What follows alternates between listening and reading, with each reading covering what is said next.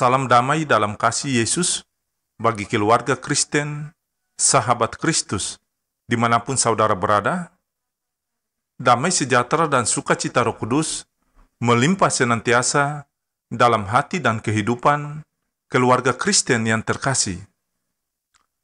Sebelum kita membaca sabda firman Tuhan, sahabat Kristus yang diberkati Tuhan, mari kita berdoa meminta tuntunan Roh Kudus agar kita dapat memahami kebenaran firman Tuhan. Mari kita berdoa. Ya Bapa di sorga, ya Roh Kudus firman yang hidup, bantulah kami dalam memahami apa yang Bapa kehendaki dan rencanakan dalam diri kami melalui firman Tuhan saat ini, sehingga menjadi pedoman bagi diri kami, baik dalam kami melihat, kami bertindak, kami berkata-kata sesuai dengan kehendak-Mu. Dalam nama Tuhan Yesus, firman yang hidup, kami berdoa. Amin. Keluarga Kristen, sahabat Kristus, yang dikasihi Tuhan, bacaan firman Tuhan di hari ini terambil dari Filipi pasal 2 ayat 1 sampai ayat yang keempat. Beginilah bunyi sabda firman Tuhan. Jadi karena dalam Kristus ada nasihat, ada penghiburan kasih, ada persekutuan roh, ada kasih mesra dan belas kasihan. Karena itu, sempurnakanlah sukacitaku dengan ini. Hendaklah kamu sehati sepikir dalam satu kasih, satu jiwa, satu tujuan.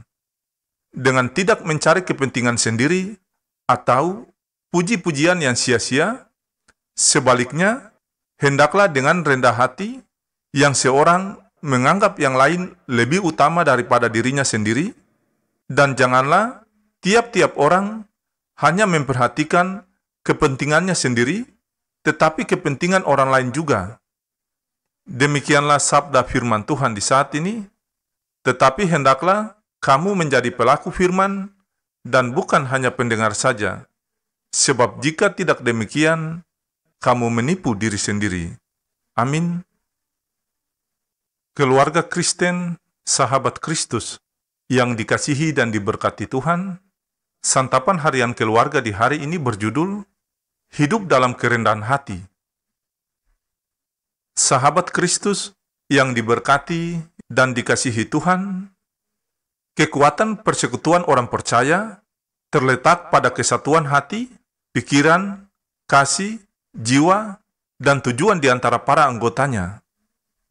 Jika kesatuan itu tidak lagi dimiliki, maka persekutuan akan menuju pada kehancuran. Rasul Paulus melihat adanya ancaman internal yang berpotensi mengoyak kesatuan jemaat Filipi, yaitu sikap yang mementingkan diri sendiri sehingga orang lain dianggap tidak penting.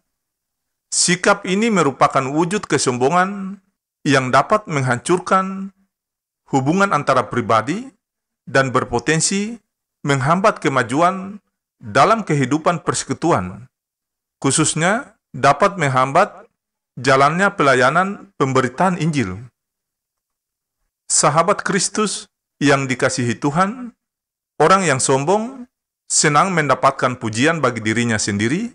Ia menganggap dirinya yang paling hebat dan menginginkan orang lain pun menganggapnya demikian. Orang seperti ini biasanya sulit untuk bekerja sama dengan orang lain. Bagi orang tersebut, keutuhan persekutuan bukanlah hal yang penting atau yang diprioritaskan. Keluarga Kristen, sahabat Kristus yang dikasihi Tuhan, menanggapi ancaman tersebut, Paulus mengajak segenap jemaat Filipi untuk menaruh pikiran dan perasaan yang terdapat di dalam Kristus Yesus. Tuhan Yesus rela mengosongkan dirinya supaya manusia berdosa dapat diselamatkan. Ia mengabaikan kemuliaan dirinya sebagai Allah. Kerendahan diri Tuhan Yesus menjadi teladan bagi kita semua sebagai orang percaya. Merendahkan diri memang bukan perkara mudah.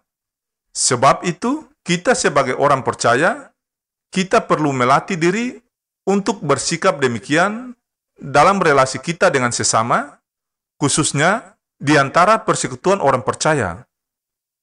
Saudaraku yang terkasih dalam Tuhan, Hidup dengan merendahkan diri atau dengan merendahkan hati tidak membuat harga diri kita jatuh, tetapi itu adalah cara kita meresponi kasih Allah dalam hidup, yakni menjaga hubungan dalam persekutuan tetap harmonis untuk kemuliaan nama Tuhan.